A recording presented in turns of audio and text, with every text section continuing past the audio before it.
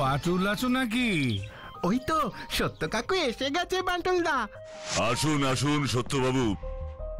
তোমাকে বাবা আমার একটা উপকার করতেই হবে, কথা দাও যে না করবে না।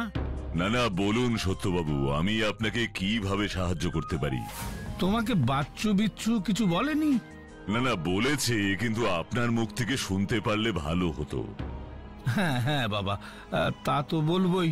তাহলে শোনো, গত পরশু বই মেলা থেকে চঞ্চল কতগুলো বই কিনেছিল। তারপর থেকেই ছেলেটা আমার কেমন অদ্ভুত ব্যবহার করতে শুরু করেছে। অদ্ভুত মানে ঠিক কি রকম ব্যবহার করতে শুরু করে চঞ্চল? কাকু বাটুল দাকে ভালো করে মনে করে করে সব বলুন, যাতে বাটুল দা ব্যাপারটা সমাধান করতে পারে। এই বাচ্চু, দুজন বড় যখন কথা বলছে তখন জানিস না ছোটদের মাঝখানে কথা বলতে নেই। হ্যাঁ কাকু, আপনি বলুন। হ্যাঁ হ্যাঁ, শোনো শোনো তাহলে। কিরে চঞ্চল, তোর বই মেলা ঘোরা হলো তাহলে? ঘোড়া কি বলছো মা? দেখো কত বই কিনেছি, টারজান, ব্যোমকেশ, টেনিদা, টিনটিন। এই এতগুলো বই কিনেছিস? ঠিক আছে, তুই আগে গিয়ে হাত পা ভালো করে ধুয়ে আয়। বাইরে থেকে আসলে কতবার বলেছি না আগে হাত পা ভালো করে ধুতে? সরি মা, আমি এক্ষুনি যাচ্ছি। আমি আরো একটা বই কিনেছি, সেটা মাকে বলা যাবে না। আর সবার আগে আমি ওই বইটাই পড়বো। বাবার ছেলে একই রকম, দুজনেই বই পাগল হয়েছে। তারপর কি হলো সত্যবাবু? সেদিন অনেক রাত অবধি চঞ্চলের ঘরে আলো জ্বলছিল।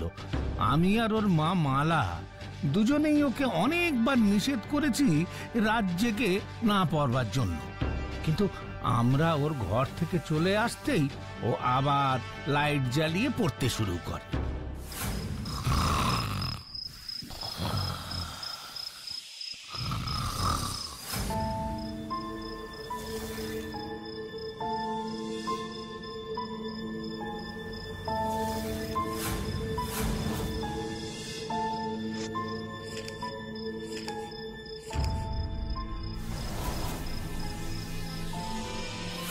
চল চেতক, চল আরো জোরে, আরো জোরে, রেলগাড়ির চেয়েও তাড়াতাড়ি চল।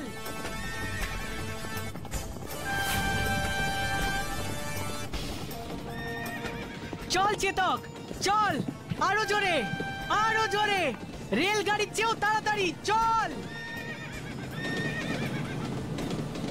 চেতক, এই রেলগাড়ির আগে আমাদের যেতে হবে। চল চল, আরো জোরে, আরো জোরে।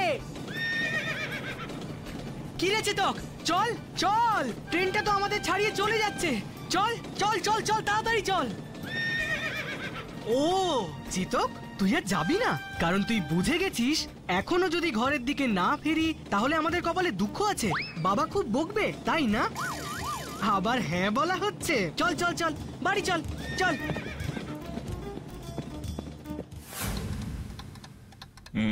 বুঝলাম। আচ্ছা সত্যবাবু, যে বইটা চঞ্চল অত রাত অবধি পড়ছিল তার নাম কি? দর্পনগরীর রূপকথা। রূপকথার বই? তারপর কি হলো সত্যবাবু? পরদিন সকালবেলা চঞ্চলের ঘরে গিয়ে ওর মা দেখে দর্পনগরী রূপকথা বইটা তখনও চঞ্চল একভাবে পড়ে চলেছে। তারপর চঞ্চল যা বলল তা আমরা কখনো কল্পনাও করতে পারিনি। কি? চঞ্চল বলল, চঞ্চল, তুই রাতে ঘুমোসনি? সারা রাত এই একটাই বই পড়ে যাচ্ছিস? আমি তোর বাবা তোকে এত করে নিষেধ করলাম, তাও আমাদের কোনো কথা তোর কানে যায় না? না, কে তুমি? আমাকে এইভাবে বকছো কেন? হুমা, কে? আমি কে? হ্যাঁ, কে তুমি? তোমাকে তো আগে কোনোদিন এখানে দেখিনি।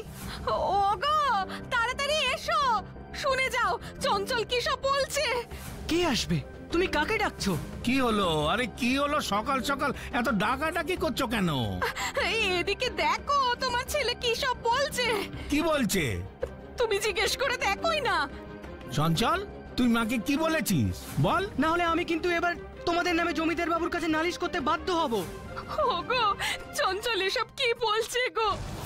ও কি মজা করছে নাকি সত্যি সত্যি এরকম করছে বলো তো? আরে বাবা, মজাই করছে। দাঁড়াও দাঁড়াও, অত চিন্তা করো না। এই কি হয়েছে তোর? কি হয়েছে সকাল সকাল মা বাবার সাথে মজা করছিস? হ্যাঁ, এবার কিন্তু আমরা সত্যি সত্যি রেগে যাচ্ছি। ঠিকভাবে কথা বল। আমি কোনো মজা করছি না। তোমরা কেন বুঝতে পারছো না? আমি জমিদার দর্পনারায়ণের ছোট ছেলে রত্ননারায়ণ। তোমরা এক্ষুনি যাও আর আমার ঘোড়া চেতককে প্রস্তুত করো। আমি নগর ভ্রমণে বেরোবো। চঞ্চল, আমি মার কাছে যাব। তোমরা বাজে। মা, মা, তোমরা আমায় কোথায় ধরে নিয়ে এসেছো? বলো, বলো। মা, বাবা, কোথায় তোমরা? চঞ্চল, চঞ্চল, চঞ্চল, আরে কোথায় কোথায় যাচ্ছিস? যাচ্ছিস? দাঁড়া, দাঁড়া দাঁড়া বলছি। বলছি। চঞ্চল, চঞ্চল, তোমরা বাজে লোক। আমি আমার বাড়ি যাব। তারপর চঞ্চল দৌড়তে দৌড়তে একটা ছোট্ট গর্তে হোঁচট খেয়ে পড়ে